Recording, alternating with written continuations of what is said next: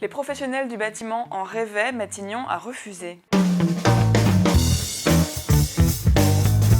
Le changement de fenêtre ne fera plus l'objet d'une aide fiscale à partir de janvier 2019. Ce sont pourtant les travaux de performance énergétique que font en premier les ménages, mais en fait ils ne sont pas très efficaces. C'est d'ailleurs l'une des raisons pour lesquelles Matignon a décidé de supprimer cette aide. Selon une étude de l'Agence de l'environnement et de la maîtrise de l'énergie, seulement 1/6 des travaux sur les fenêtres et les portes donnant sur l'extérieur améliorent la performance énergétique d'un logement.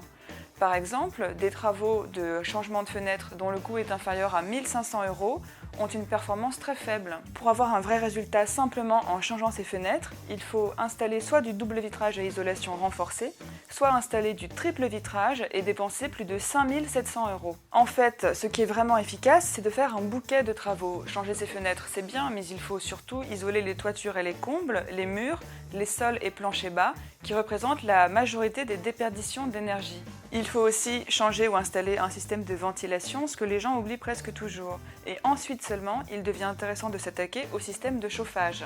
Les ménages sont très mal informés sur ces sujets. D'ailleurs, parmi les 5 millions de propriétaires qui ont réalisé des travaux entre 2014 et 2016, 27% pensent que tous les travaux de maîtrise de l'énergie ont été faits, alors qu'en fait, seuls 5% des logements où il y a eu des travaux ont beaucoup amélioré leur performance énergétique. L'aide fiscale pour le changement de fenêtre avait un autre défaut, elle était surtout utilisée par les ménages aisés qui auraient de toute façon fait les travaux.